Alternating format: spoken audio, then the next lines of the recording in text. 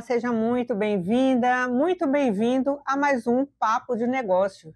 E hoje nós vamos tratar de um tema que é um dos mais importantes e estruturantes em curso no governo de Pernambuco, a concessão parcial da Companhia Pernambucana de Saneamento, a Compesa. Com investimento previsto de 19 bilhões de reais ao longo de 35 anos, esse projeto pode transformar o saneamento, a economia, a saúde e até a educação do estado de Pernambuco. E para essa conversa, recebemos dois nomes aqui que são pessoas que estão com um papel central nesse processo. O secretário Túlio Vilaça, da Casa Civil, e o secretário Marcelo Bruto, de Projetos Estratégicos. Senhores, sejam muito bem-vindos ao nosso Papo de Negócio. Obrigado aí pelo convite. Estamos aqui representando o governo do estado, através da governadora Raquel Lira, para trazer para vocês aí todo o conhecimento que vocês precisam a respeito desse grande projeto transformador que é a concessão da Compesa. Obrigado, Patrícia. Satisfação estar aqui para debater um tema dessa relevância para o nosso estado de Pernambuco. Obrigada. Então vamos lá, né? Vamos começar a falar desse projeto para que a gente possa esclarecer o máximo possível para quem está interessado nesse processo e para quem tem certo receio do que vem pela frente, e como é que vai ficar o funcionamento do sistema de abastecimento de água, tratamento de esgoto, né, o funcionamento da própria Compesa em si. Eu acho que esse tema desperta muita curiosidade.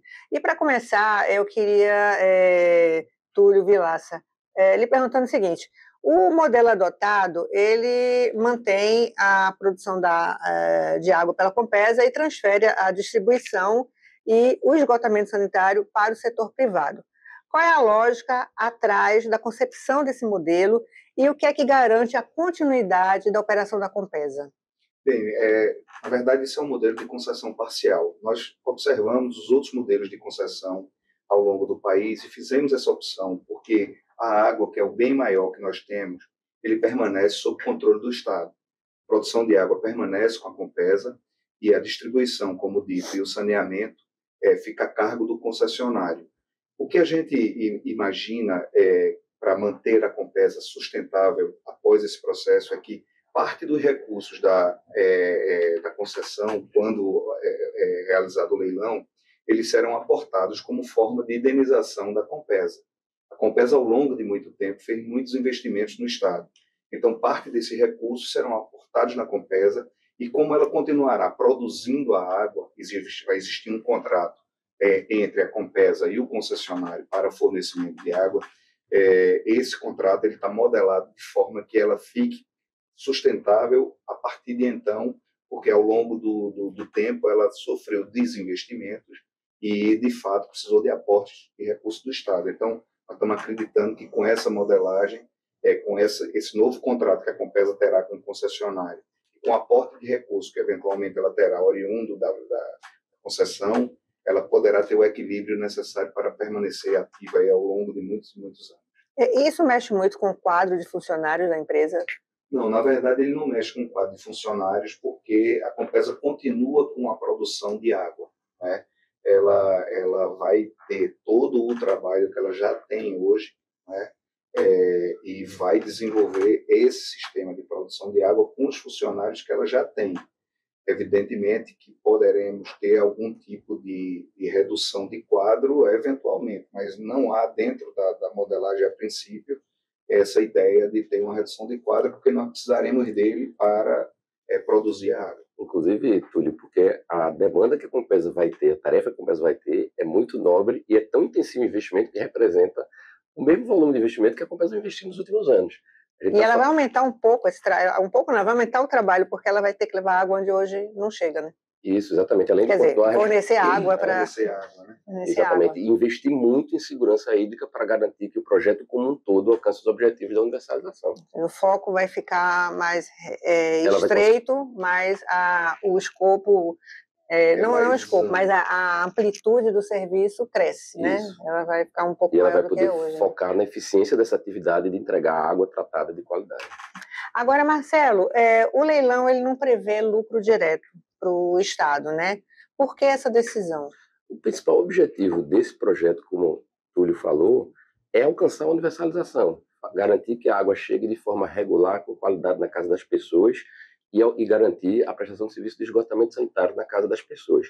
E com o melhor preço possível, com modicidade tarifária. Então, o projeto não foi estruturado para gerar valor econômico e atrair um maior volume possível de outorga, mas para garantir investimento ao melhor preço possível. Por isso que ele garante tarifa social, prevê que o início da disputa na licitação seja baixando o preço da tarifa até um determinado limite. Agora, ainda que tenha sido estruturado desta forma, todo projeto de concessão de saneamento ele tem um valor econômico. Esse valor econômico é representado pelo nome outorga. E essa outorga também é um elemento de disputa na licitação. Existe uma outorga mínima, quem queira disputar essa licitação tem que oferecer, e se tiver um empate de mais de uma empresa em relação ao desconto que tem que ser dado na tarifa, até o limite de 5%, você pode ter um acréscimo nesse valor econômico e um ágio em relação a essa outorga mínima. Então essa é a lógica da outorga, mas sempre registrando. O principal objetivo do projeto é a universalização. Ô, Patrícia, eu queria dizer para você e para os seus telespectadores aqui, essa foi uma decisão política da governadora Raquel Lira. Ela tomou a decisão de que, olha, eu vou universalizar os serviços de água e saneamento para o estado todo. Então, a decisão política foi tomada no sentido de eu vou reduzir o valor da outorga para que a gente possa ter investimentos mais rápidos no sistema, para que o concessionário possa fazer investimentos maciços dentro do sistema, para que a gente possa atingir de forma mais rápida a universalização desses serviços. Então, sem essa decisão política da governadora Raquel Lira, a gente não teria esse destino que certamente nós vamos ter, que é o sucesso desse leilão. E essa outorga está fixada em 2,5 bilhões, não é isso? 2,5 bilhões é o valor da outorga. Né? Eu quero dizer que a parte do governo do estado, porque essa outorga, pela aprovação que tivemos nas micro-regiões, 60% caberá ao estado, 40% ao município. A parte do estado, a governadora Raquel também se comprometeu em abrir uma conta de universalização para que esse recurso seja colocado e alocado para fazer frente ao saneamento e à distribuição de água na zona rural. Então, assim, o estado de Pernambuco não ficará com nenhum recurso oriundo dessa concessão. Vai para um Todos fundo. os recursos irão para um fundo de universalização que servirão para fazer frente, fazer essa cobertura da zona rural. Como vocês estão imaginando o funcionamento desse fundo, a gestão desse fundo? A gestão do fundo, como dito, nós temos um mapeamento das zonas rurais. Evidentemente que a gente não colocou toda a zona rural de todos os municípios dentro do modelo de concessão, porque não seria atrativo. Você tem locais muito longos e muito distantes da região urbana, então isso tiraria a atratividade. Então, nós resolvemos deixar de fora algumas partes da zona rural e colocamos isso como uma forma do Estado suprir. Então, a gestão desse fundo será feita pelo Estado, com o compromisso do Estado já posto dentro do edital de universalização da água e do saneamento para a zona rural.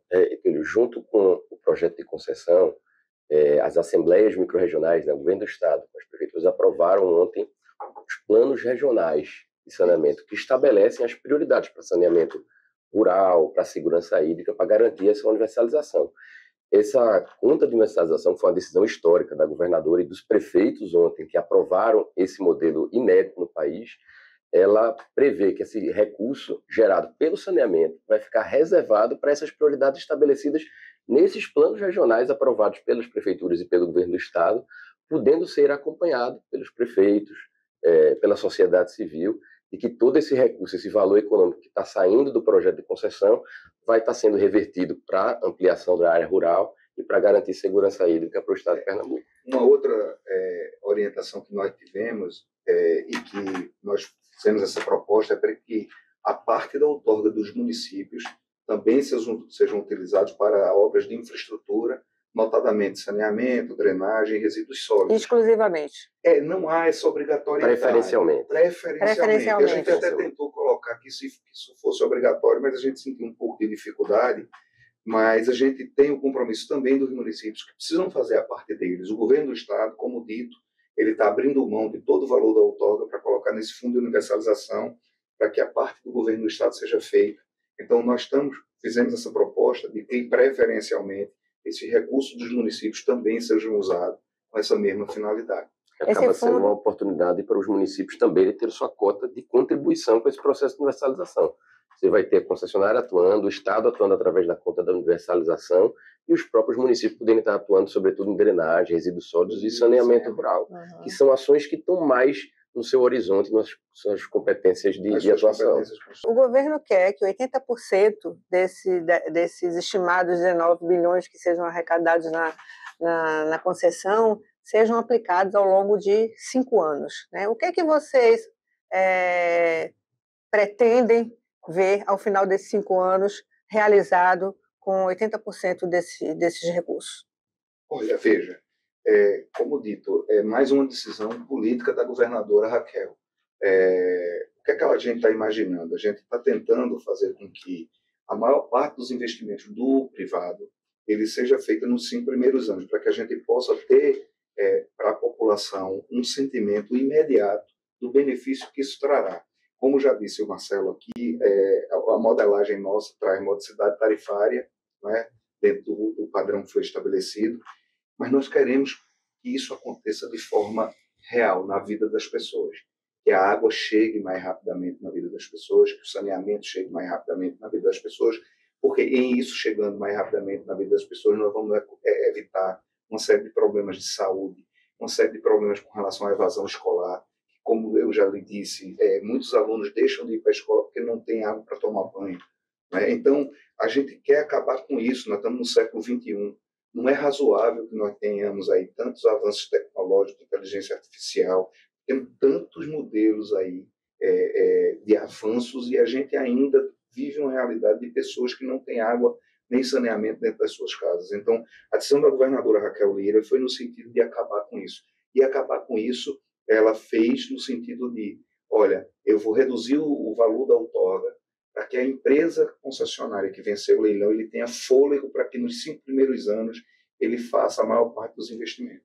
E isso vai gerar um impacto muito grande na economia ao longo desses 5 anos, né? São mais ou menos aí quase 16 bilhões de reais. Se você divide isso por 5, nós vamos ter aí ao longo de 5 anos investimentos privados da ordem de 3 bilhões de reais no estado todo, com a capilaridade que você tem aí do sertão ao agreste, passando pelo litoral. Porque como a meta de universalização é para o estado inteiro, então esses recursos serão distribuídos ao longo do estado. Então a economia, independente de todos esses ganhos políticos, sociais e de saúde que nós estamos apontando aqui, nós vamos ter uma movimentação econômica nos municípios, porque os investimentos do privado serão maciços, serão feitos de forma muito rápida.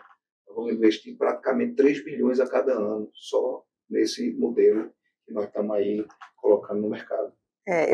Vocês citaram aí a Assembleia das Microrregiões com os prefeitos, né? Onde houve uma aprovação por unanimidade do projeto de concessão, que foi no último dia 1º, né? Teve 2 abstenções na microrregião, 3 abstenções na outra. Mas não teve nenhum voto contra, né? Então, assim, realmente expressiva, uma aprovação expressiva, né? Então, mas só que tem ainda alguns municípios que estão resistindo. Então, eu queria saber como evitar, né, essas diferenças políticas e não permitir que isso gere ilhas de exclusão dentro do Estado, né? Um Estado que se pretende ver saneado. Eu acho que, primeiro, esse é um projeto que foge de qualquer cor partidária e preferência ideológica. Se você olha para o Brasil hoje, há uma grande mobilização nacional de mais de 20 estados, das mais diversas cores partidárias dos líderes políticos que hoje governam esses estados, mobilizando projetos de PPP, de concessão, dos mais diferentes modelos, reconhecendo essa necessidade da gente afastar essas diferenças para buscar um objetivo tão nobre de universalização. Por isso que o secretário, a governadora sempre fala que esse é um projeto de Estado, que vai muito, muito mais longe do que o horizonte de um governo ou de uma determinada visão do mundo. Acho que essa é a primeira sensibilização importante de ser alcançada e que eu acho que nas votações de ontem da microrregião isso acabou se refletindo. E o outro ponto, até por este objetivo, o projeto foi desenhado de forma muito transparente, com mais de 7 meses aqui de debate, O projeto bateu todos os recordes de realização de audiências públicas, mais de 1.000 pessoas participando de audiências públicas, mais de 1.000 contribuições sendo analisadas uma a uma, acompanhamento do Tribunal de Contas, justamente para reforçar essa legitimidade dele e essa possibilidade de incorporar as mais diversas visões do mundo, independentemente de alinhamento político. Perfeito. Então, nós estamos trabalhando com os prefeitos, são 12 prefeitos apenas desse universo que temos, para que estamos sensibilizando eles e mostrando que é importante, inclusive politicamente, que ele faça adesão a essa modelagem, porque ela é uma realidade que mudará toda hoje a situação hídrica e de saneamento no Estado. Então, a gente não acredita que o prefeito irá ficar isolado enquanto todos os outros do seu redor terão todos esses benefícios, não só de você ter água tratada em casa de qualidade, sem intermitência, e você ter saneamento para evitar problemas de saúde, você vai reduzir o custo absurdamente com a saúde. Pra você ter uma ideia, Patrícia, nós temos aí uma previsão de economia de 91 bilhões de reais só na saúde ao longo da concessão. Você imagine que o orçamento da saúde hoje é de 12 bilhões de reais. Então, nós temos quase 7 vezes o orçamento da saúde em economia com esse modelo de concessão. Eu tenho certeza absoluta que, devido ao seu amadurecimento, o estudo que fizemos, nós pegamos os outros casos, o que é que deu errado nos outros estados. Nós conseguimos aprimorar de modo que hoje o processo que está em andamento de forma mais equilibrada e de forma mais previsível para que o investidor possa chegar aqui, possa aportar os seus recursos, possa ter essa segurança jurídica que vai dar certo. E sem falar que a gente sabe que os municípios não têm fôlego para resolver esse problema, principalmente do saneamento, né? O abastecimento de água já é um drama, o saneamento é outro maior ainda. O próprio Estado fez o esforço que pôde, a Compesa chegou até onde poderia chegar, mas é muito caro, né? Muito caro. Então, assim, é realmente preocupante um município ficar excluído desse processo sob o risco de manter a sua população com esse sofrimento em termos de abastecimento de água e saneamento público, né? Então, é uma coisa que precisa ser vista a longo prazo, pelo menos do meu ponto de vista. Não tem dúvida, e é por isso que a gente tem insistido tanto com esses prefeitos, eu tenho tido diálogos recorrentes com eles, no sentido de convencê-los a fazer essa adesão, e muitos deles já estão tomando essa providência. É preciso envio de uma lei à Câmara Municipal para que eles possam fazer adesão às micro-regiões. Então, muitos deles já estão tomando essa iniciativa e nós confiamos plenamente que, ao final do processo, nós deveremos contar com 100% de todos os municípios do estado de Pernambuco. E como vai ser a distribuição de recursos entre essas regiões, entre esses municípios? Se dividem em 2 regiões, não é isso? São 2 blocos de licitação que representarão duas concessões distintas. Do ponto de vista de investimento, é de acordo com a necessidade e a demanda que existe para cada município, né? A necessidade de você ampliar a cobertura, ampliar o esgotamento sanitário, a rede de esgotamento sanitário que hoje existe. Então, assim é que é distribuído o recurso do ponto de vista de investimento. Do ponto de vista da outorga, que a gente mencionou anteriormente, a outorga é mínima, que é aquela que é segura, que está estabelecida como mínima prevista contratualmente. O que os prefeitos, o governo do estado aprovaram ontem, é que se reserva 60% com a conta de universalização para o bem comum das micro-regiões, ou seja, para cumprir os objetivos dos planos regionais de segurança hídrica, saneamento rural e outras necessidades do saneamento, e 40% que são distribuídos pelos municípios de acordo com um critério misto de tamanho da população e igualdade do volume de distribuição, 50%, 50%. E tem um outro critério relacionado a um eventual ágio. É importante explicar que o ágio depende das condições de licitação, de disputa que vão ocorrer. Então, ninguém consegue antecipar, né? Muito embora a nossa convicção de que o nosso projeto está muito bem desenhado, vai ser muito bem sucedido, é uma resposta que você só tem na ocasião do leilão. Mas existindo ágio, a distribuição fica sendo 50% para a Compesa, justamente para fortalecê-la, garantir sua capacidade de cumprir seus compromissos, e o restante, metade e metade, conta de universalização e os municípios sobre o mesmo critério. E a tarifa social ficou assegurada dentro desse modelo de concessão?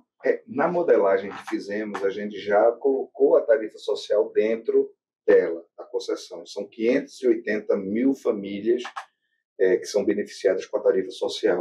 E a gente fez isso já, como lhe disse, usando o exemplo de outras concessões. A gente teve concessão que ela iniciou já fazendo um aditivo para incluir dentro do processo essa tarifa social. Então, nós não vamos ter nenhuma surpresa, porque do ponto de vista tarifário, nós fizemos o nosso dever de casa, fizemos o reajuste de tarifa, e do ponto de vista de estruturação, nós colocamos a tarifa social já dentro dessa modelagem, de modo que nós não teremos nenhuma surpresa, até porque na hora do leilão, em igualdade de condição, vencerá o licitante que der a menor tarifa. A modicidade tarifária está nisso. Vai ser critério de desempate. E o reajuste do contrato para frente será com base na inflação. Então, assim, nós temos uma previsibilidade muito grande do contrato para que a população não acredite que não vai chegar um privado e, de repente, vai ter um aumento de tarifa absurdo, e como já aconteceu em algumas outras concessões. Não, não vai acontecer isso.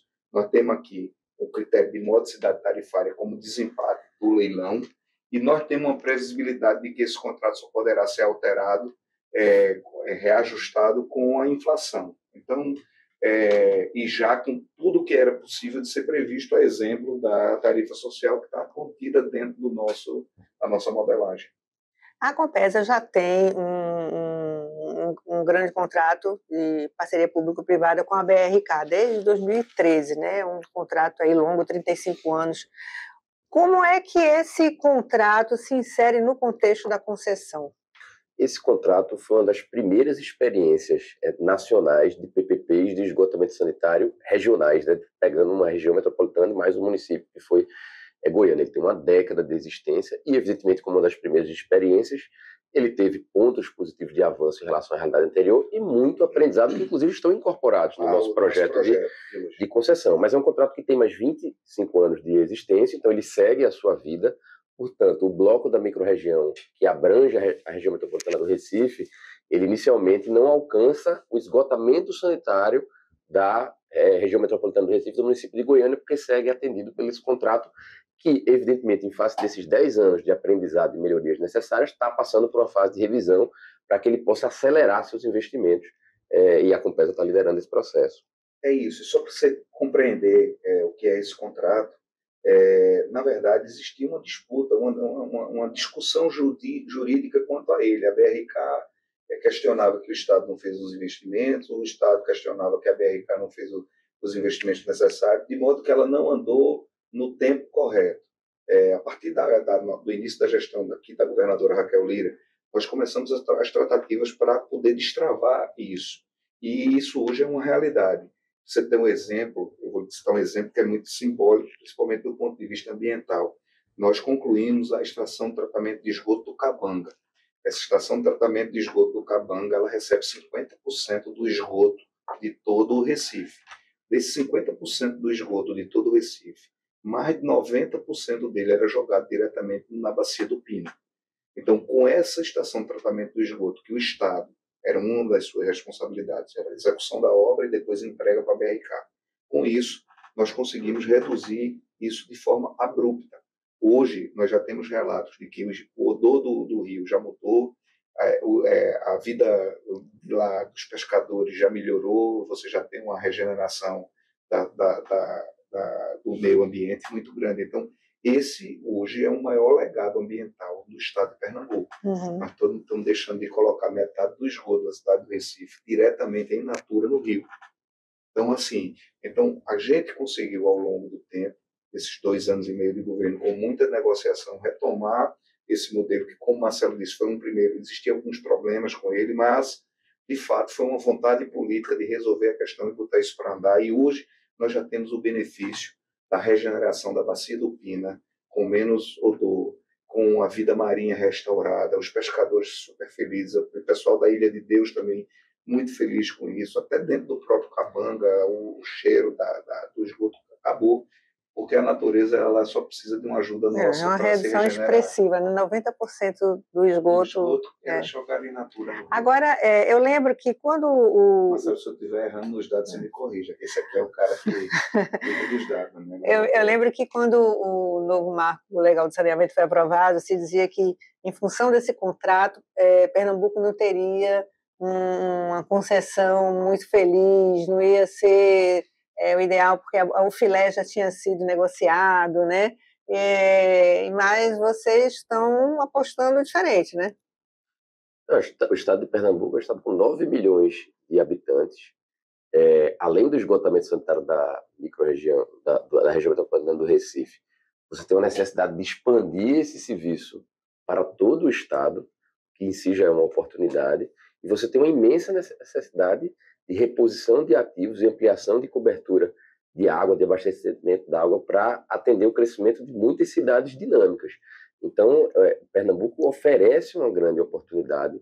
Acho que ele é visto como hoje uma das grandes oportunidades do setor de saneamento, além de gozar de um benefício que é a experiência dessas primeiras concessões regionalizadas dos últimos anos, que evidentemente alguns estados tiveram aí a inovação e o arrojo de partir na nossa frente, mas acabaram nos legando algumas experiências que a gente está podendo introduzir e poder melhorar o projeto em relação a outros projetos que foram licitados recentemente, como tem o próprio BNDES falado assim, e colocado o nosso projeto Pernambuco como um projeto de vitrine. Né? A BRK, ela pode participar dessa licitação? Pode disputar a licitação. E eu quero dizer, Patrícia, que nós estamos sendo procurados já há algum tempo por vários grupos de investimento interessados em entender um pouco de como é que está sendo feita essa modelagem. Então, assim, não só grupos ligados ao próprio setor, mas alguns bancos de investimento têm nos procurado, o que nos anima e que nos anima a dizer que certamente essa concessão será um sucesso. Eu não tenho a menor dúvida disso, pelo primor e pelo zelo que está sendo tratado e pela forma de pegar as experiências que não deram certo e fazer um filtro e deixar ela de forma bem redonda. Além de, nessa sequência de 2 anos de projeto de saneamento, ser o maior projeto do ponto de vista de volume de investimento, de população, que em si já seria um atrativo, o projeto de Pernambuco é um projeto de um estado que tem uma maturidade regulatória maior e que conseguiu trabalhar em pontos importantes, assim, aperfeiçoamento da sua regulação, melhoria de indicadores de desempenho, melhoria do contrato. E eu acho que isso está sendo reconhecido desde o momento que a gente colocou em consulta pública. Uhum. Agora, numa dessas conversas com empresários, vocês colocaram que os atrasos na tramitação de projetos na Assembleia Legislativa, que autoriza a captação de novos recursos, pode impactar esse processo, esse leilão na B3. De que forma isso pode ser impactado? Veja bem, na verdade, assim, o que a gente tem hoje? Nós temos 19 bilhões que serão investidos pelo privado, mas nós temos um desafio de chegar a 35 bilhões de investimento total para que a gente possa ter a universalização de água e de saneamento. Então, parte desses recursos, eles são objetos de operação de crédito, que estão dependendo da aprovação dos projetos. Foram enviados 2 projetos de lei da ordem de 3,2 bilhões de reais, que estão na Assembleia, e que nós não teremos nenhuma dúvida que os deputados irão aprovar esse projeto, porque são projetos que vão trazer para Pernambuco essa realidade de uma melhoria na água, uma melhoria no saneamento, sem contar nos grandes investimentos que nós estamos fazendo. É importante que todos saibam que estamos fazendo investimentos maciços na recuperação de rodovias, nós estamos fazendo investimentos maciços na saúde, nós estamos recuperando hospitais, nós vamos construir um novo hospital Getúlio Vargas, a desapropriação da área, que é ali na Abdias de Carvalho, já foi levada a efeito. Então, nós temos grandes projetos em andamento e que nós dependemos e precisamos que a Assembleia Legislativa vote esses projetos de empréstimo. Então, eu não acredito que nenhum deputado irá votar contra isso, porque isso é um futuro de Pernambuco e nós estamos confiantes de que isso será levado aí adiante e que será aprovado para que a gente possa ter a segurança de fazer esses investimentos que já foram ditos aí na própria concessão da Compesa para que ela possa ser uma empresa mais eficiente na produção de água. E projetos anteriores que já foram aprovados, que eles dizem que já tem recurso suficiente, essa verba essa autorização para empréstimos, vocês também estão direcionando para projetos de infraestrutura, para contrapartida nesse processo de concessão? Com certeza, nós temos aí obrigações de projetos estruturadores, como algumas barragens, nós temos a contrapartida do governo federal, mas nós temos uma obrigação também de fazer aporte de recursos. Então, nós estamos fazendo investimento não só em construção de barragens que servirão para contenção, por exemplo, as da Mata Sul e aqui da região da Mata Norte, elas servirão não só como contenção de água para as cheias, mas servirão como abastecimento. Então, nós estamos fazendo investimentos pesados nessas barragens. Nós estamos comprando estações de tratamento de água portáteis, para que a gente possa melhorar de forma mais rápida o tratamento de água. Como a empresa passou por um processo de desinvestimento muito grande, então o que acontece hoje? Às vezes até a água chega, mas não tem capacidade de tratamento. Então a gente está trabalhando para a gente aumentar a capacidade de tratamento de água da Compesa com algumas estações de tratamento móveis. E isso nós estamos usando recurso dos empréstimos, das operações de crédito. Então, além disso, nós estamos ampliando rede de distribuição de água. Nós levamos água para Brasília Teimosa, nós conseguimos reduzir o racionamento de água nos morros da Conceição e outros morros da Zona Norte, só para dar um exemplo aqui da região metropolitana. Então, assim, são investimentos muito elevados, mas que nós já estamos fazendo com essas operações de crédito que foram aprovadas pela Assembleia e que nós conseguimos captar o recurso. É importante que seja dito que a aprovação da lei na Assembleia não é automaticamente a garantia de que você vai ter o recurso. E o governo federal tem um espaço fiscal que ele serve para todos os estados. Então, o estado que chega primeiro, ele consegue ter um espaço fiscal maior. Então, nós precisamos ter esse espaço fiscal para buscar os investimentos. Então, nós estamos precisando que a Assembleia autorize o estado a captar esse recurso, para que a gente possa ir ao governo federal para ter esse espaço fiscal assegurado, porque essas operações são com a garantia do governo federal, para que a gente possa captar, porque são recursos que têm um custo menor com a garantia do governo. Uhum. Isso também só foi possível porque fizemos no primeiro ano de governo um esforço sobre-humano. Nós pegamos o Estado com a Capag C, nós recuperamos a Capag. Hoje o Estado tem a Capag D+. Então a gente só consegue pegar empréstimos com a garantia do governo federal com essa Capag B+. Então isso possibilitou que a gente captasse essa grande quantidade de investimento, de recursos ao longo dos anos, mas nós temos um desafio enorme. De rodovias, nós precisaríamos aí de 7 bilhões de reais para recuperar todas as rodovias do Estado. Só para você ter uma ideia do nosso desafio. Aqui nós estamos falando de mais de 15 bilhões de reais para chegarmos à universalização de água e esgoto. Então, o desafio de Pernambuco é muito maior do que o que efetivamente a gente tem de pedido de empréstimo de autorização para tomar de empréstimo na Assembleia. E as barragens são realmente importantes porque o êxito desse projeto depende da oferta de água. Sem dúvida. E a gente sabe como é que essa região aqui tem dificuldade em determinados momentos de desabastecimento, né? Então, basta um El Niño aí para mudar todo o cenário. Então, realmente é um ponto importante que é também permitir que haja água para ser distribuída, né? Por isso que nós percorremos várias estratégias que são complementares. Além desse esforço que o secretário falou, né?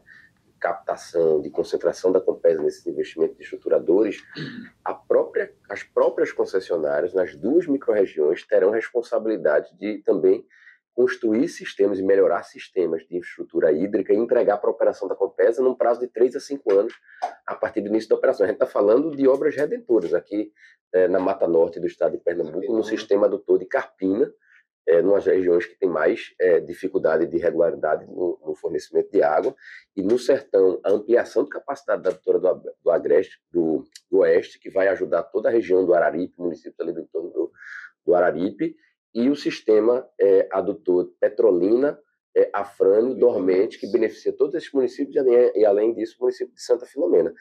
Então, veja como esses esforços são complementares. A própria concessionária vai, a partir do primeiro momento, enquanto ela está investindo em sistemas de distribuição e esgotamento sanitário, também vai estar entregando para a Compesa, em até 5 anos, sistemas estruturadores para garantir esse fornecimento de água tratada.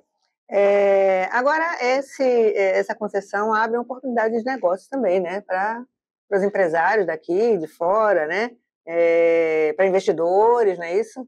Como é que vocês têm sido abordados em relação a isso? Você falou que bancos de investimentos têm procurado vocês, né? É isso, a gente tem feito algumas rodadas de negócios aqui em Pernambuco, nós estamos apresentando o projeto para os empresários, porque a gente acredita que é um projeto sustentável, que é um projeto rentável, para quem é investidor, e nós estamos sentindo que o mercado é muito propício e muito favorável. O momento econômico é propício e favorável para esse projeto. E como já lhe disse, tenho sido procurado por grupos específicos que tratam do tema, mais bancos de investimento e alguns empresários também, Pernambuco, que podem formar consórcios para participar dessa modelagem, né? Nós acreditamos aí que muito em breve nós teremos a autorização do Tribunal de Contas para levar o processo para a Bolsa de Valores. A expectativa é agosto. Isso. Eu acredito que sim. A gente está trabalhando com isso, nós estivemos no Tribunal de Contas e vamos lutar. Nós estamos correndo com isso e a gente acredita e espera que teremos aí um êxito grande. O efeito do investimento em saneamento ele é tão transformador e ele tem um efeito multiplicador tão grande que ele foi um dos motores da segunda revolução industrial nos países desenvolvidos, na virada do século XIX para XX, o processo de urbanização, investimento em saneamento. Esse foi um dos motores, naquele momento, numa ampliação muito significativa do crescimento dos países que hoje são países desenvolvidos. A gente no Brasil tem a oportunidade de passar por esse processo, porque ele é tão transformador. Túlio já adiantou. O volume é muito grande, a pulverização no Estado é muito grande, e o investimento em saneamento é muito intensivo no uso de insumos, tanto equipamento, quanto máquina, quanto pessoas. A gente está falando aqui de uma estimativa de só investimentos diretos gerados ao saneamento, às obras, mais de 300 mil empregos. Mas, além disso, a gente tem um efeito de valorização imobiliária. Ao longo de todo o Estado. Isso, o Estado inteiro. Aí imagina os efeitos de valorização imobiliária decorrente de você passar a ter redes completas. É um efeito multiplicador, né? Exatamente. É uma oportunidade, de fato, única de transformação do Estado. Agora, e o que é que pode dar errado? Bom, veja, o mercado é um mercado internacional, né? Eu acho que assim, a grande dúvida nossa é o seguinte: hoje nós temos um cenário internacional razoavelmente equilibrado, o que permite afirmar que se a gente fizesse hoje essa concessão, nós teríamos acredito eu, que um sucesso nela, né? Como são investimentos muito altos, muito pesados, estamos falando daí de quase 20 bilhões de reais, é investimento alto até para o mercado internacional, a gente sofre também com as oscilações do mercado internacional. Então, uma guerra pode alterar, por incrível que pareça, uma guerra pode alterar o mercado nacional aqui. Uma declaração de algum governante, seja lá de que país for, ele pode alterar o mercado. O mercado ele é muito sensível a isso. Então, na minha opinião, eu acho que o que a gente tem aí de risco nesse horizonte aí de curtíssimo prazo, que é o que a gente está trabalhando, para que esse processo seja levado ao leilão, e é por isso que a gente tem corrido tanto, é para que a gente continue com essa estabilidade internacional, porque eu acho que somente alguma coisa internacional de grande relevância que poderia afetar um investimento aqui no país. Nós temos uma modelagem equilibrada, nós temos uma segurança jurídica muito grande do processo, é um processo que já foi testado em outros estados, foi testado aqui em Pernambuco, nós temos um governo muito sério, a governadora Raquel, ela preza muito por isso dá uma credibilidade muito grande, talvez por isso que nós temos sendo tão procurados, dada essa credibilidade que a governadora Raquel tem no mercado como um todo. Então,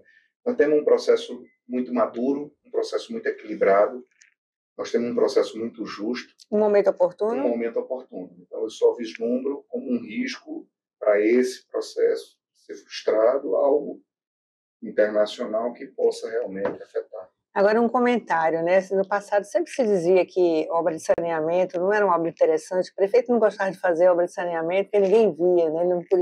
Ele não tinha como fazer uma foto ali com aquela tubulação, enfim. E isso mudou, né? Esse conceito mudou, a gente está vendo agora o quanto o mercado tem interesse, né? O prefeito não tinha interesse, mas o mercado tem interesse, né?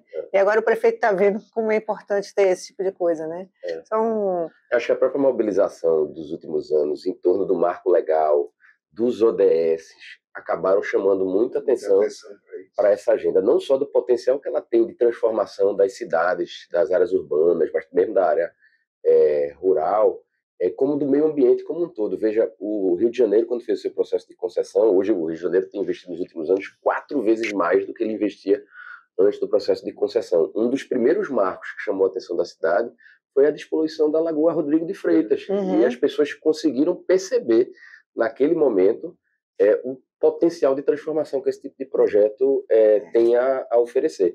Então, eu acho que, de fato, tem um amadurecimento da sociedade brasileira para essa agenda, e eu acho que cada vez mais esse jargão aí que existia de que o saneamento era um patinho feio, que ninguém queria prestar atenção, ele vai sendo deixado de lado e vai entrando na agenda prioritária dos estados, dos municípios, né? Veja o exemplo que eu me dei aqui da PPP da BRK. Nós fizemos uma ação de conclusão da estação de tratamento de esgoto do Cabanga e nós estamos trazendo para Pernambuco, poucos pernambucanos devem saber essa informação, mas talvez esse seja o maior legado ambiental para o estado de Pernambuco, que é a conclusão de uma estação de tratamento decorrente de uma PPP de saneamento que deixa de depositar no rio 90% da metade do esgoto do Recife in natura.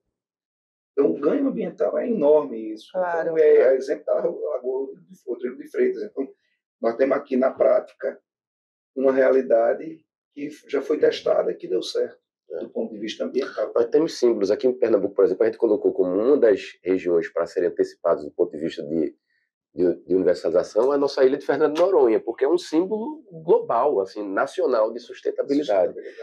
Então, assim como a Lagoa de Freitas lá no Rio de Janeiro assim, foi o símbolo, a gente quer que alguns emblemas nossos também sejam nesse processo de universalização. E nós estamos querendo acabar com algumas realidades que o Pernambucano precisa entender. Existem municípios que têm menos de 20% da cobertura do sistema de distribuição de água, hoje, século XXI. Então, assim, é um desafio enorme. Então, a gente está atacando também. Essa modelagem foi pensada de forma tão madura que até nesse ponto nós pensamos nele. Assim, os municípios que têm a maior deficiência, seja na rede de esgoto como na de distribuição de água, eles serão os primeiros beneficiados. E nós temos município, pasmo, em Pernambuco, que tem menos de 20% de distribuição de água. Se chegasse água hoje nele, 80% da população dele ficaria desabastecida, porque ele não tem como distribuir água. Isso, além... um projeto para Pernambuco poderia ser pensado sem tentar enfrentar de forma definitiva a questão do rodízio. E para isso, além do enfrentamento de investimentos estruturadores que vão dar segurança hídrica, né, e fornecimento em longo prazo de água tratada, né, mais proteção para os nossos mananciais, vamos dizer assim, inclusive redundâncias, a gente está prevendo, estabelecendo no contrato de concessão um plano de ação de curto prazo. Então, todos esses municípios que têm problemas mais imediatos de curto prazo no seu abastecimento vão precisar ser atacados em conjunto com PESA e futuras concessionárias com um programa emergencial de combate à intermitência para que com ações de mais curto prazo esse problema já possa surtir efeito melhorado para a população. Uma pergunta técnica de uma leiga, né? Essa intermitência, ela pode ser resolvida como? Porque essa intermitência está relacionada com a oferta de água. Tem diferentes estratégias, Patrícia, assim. Às vezes você tem casos em que você não tem manancial e você tem que buscar diferentes fontes. A fonte que você pode buscar mais longe, a fonte que você possa estudar em locais mais imediatos, por exemplo, através de poços. Tem regiões que têm potencial para isso, tem regiões que não têm. Às vezes, a ausência de água na torneira também é fruto do desgaste nas redes de abastecimento. A gente tem municípios com níveis de perdas significativos, que você pode injetar muita quantidade de água, mas você não vai conseguir chegar na torneira das pessoas se você não atacar as suas redes de distribuição de água. Desvios, combate a furtos.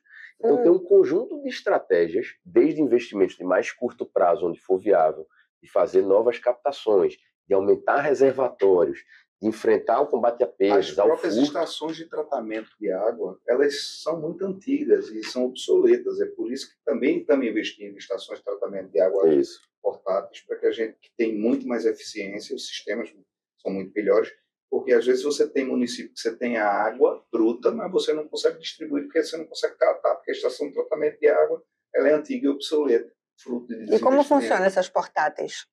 Elas são grandes containers que eles variam de tamanho com a quantidade e a capacidade que ela tem de filtrar a água. Então, você não precisa construir a estação de tratamento de alvenaria. Você chega com ela de forma móvel, você tem a base onde você assenta ela e a partir daquilo ali ela começa a fazer uma ultrafiltragem. É um sistema mais moderno que tem desenvolvido por algumas empresas com essa tecnologia. E mais barato. E mais barato. Isso permite que você consiga construir a estação de tratamento de água de maneira permanente, perene, sem que você traga para a população esse desabastecimento. E nós vamos comprar várias. Acho que a nossa licitação é algo em torno de 45 estações dessas, para que a gente já possa, de imediato, tratar melhor a água, trazer mais água para a população e de forma mais eficiente. O modelo de Pernambuco aqui pensou muito em, além de conseguir canalizar recursos para esses investimentos estruturadores, para a gente potencializar mais essas ações de curtíssimo prazo, que vão desde melhorias de pequenas captações, tratamento, reservatório, poços, até um combate efetivo de perdas, para a gente poder trazer aí um retorno mais rápido do que a obra estruturadora, que é fundamental, vai trazer também. Bom, estamos chegando ao final aqui do nosso programa, né? E eu queria fazer uma última pergunta para vocês dois. É o seguinte, quando nós chegarmos em 2033, que a universalização tem que ser alcançada aqui, né, no Brasil, em todos os estados, qual vai ser o legado dessa concessão? Olha, Patrícia, eu acho que desde o primeiro momento que a governadora Raquel Lira tomou a decisão de levar adiante esse projeto, ela já estava pensando na frente. Ela estava pensando na frente porque, como eu já falei aqui ao longo dessa nossa entrevista, esse é o projeto mais desafiador de Pernambuco e é o processo que trará para Pernambuco a maior dignidade para as pessoas. Nós estamos falando do século XXI, pessoas que não têm água para tomar banho, pessoas que não têm tratamento de esgoto. Isso é desumano, isso é indigno, isso contraria a Constituição Federal, isso contraria todos os princípios dos direitos humanos. Então, a governadora Raquel Lira, quando tomou essa decisão, ela já anteviu que aí em 2033 nós teremos um momento muito diferente em Pernambuco. Eu acho que o grande legado dela é trazer isso para a população de todo o Estado. Ela vai ter a garantia constitucional de ter seu direito à água, de sua dignidade restaurada e restabelecida. É algo surreal a gente imaginar que no século XXI a gente passe por esse tipo de situação. Então, nós estamos super confiantes. Eu acho que a decisão política da governadora ela não poderia ter sido mais acertada, não é? E é um movimento transformador, é desafiador, mas é transformador e que trará um legado para o estado de Pernambuco inestimável. Só o tempo nos dirá quanto isso será, quanto isso modificará a vida das pessoas, sem contar nessa qualidade de vida que nós teremos, não só para o povo, mas para todos nós e para a própria saúde do povo, a economia do estado. Então, é um projeto realmente que vai marcar para o resto da vida, vai ser um divisor de águas para o estado de Pernambuco. Marcelo. Além de pagar esse passivo que nós temos de um século com a nossa população, que em si já é um legado assim, de um tamanho inestimável, nenhum país, nenhuma região saiu de uma posição de subdesenvolvimento, saiu dessa armadilha de renda média na qual a gente está aprisionado aí há tanto tempo, sem investimento maciço em infraestrutura e em saneamento básico. Eu mencionei, os países desenvolvidos enfrentaram esse desafio há um século. O Brasil, acho que nos últimos anos, escolheu enfrentar esse desafio. Vários estados, países, acho que está buscando, e eu acho que vai ser um dos passos que vai fazer com que a gente consiga mudar de patamar, do ponto de vista social, econômico, de ganho de produtividade, como civilização mesmo. Bom, quero agradecer então aos dois, secretário Túlio Vilaça, secretário Marcelo Bruto, pela presença aqui, por essa conversa esclarecedora, esse tema de tanto interesse, né, e tão importante aqui para o nosso estado. Muito obrigada pela presença de vocês e boa sorte aí nesse processo de concessão. Obrigado, Patrícia. É sempre um prazer estar aqui. Estou à sua disposição sempre que você precisar para trazer aí esses assuntos e esclarecer o que é que o nosso governo tem feito aí para mudar Pernambuco. Obrigada. Obrigado, Patrícia. Foi um prazer. Obrigada também. Obrigada a você que nos acompanhou até aqui. Se gostou, dá o seu like, assina o canal para receber as notificações dos próximos episódios. Até a próxima.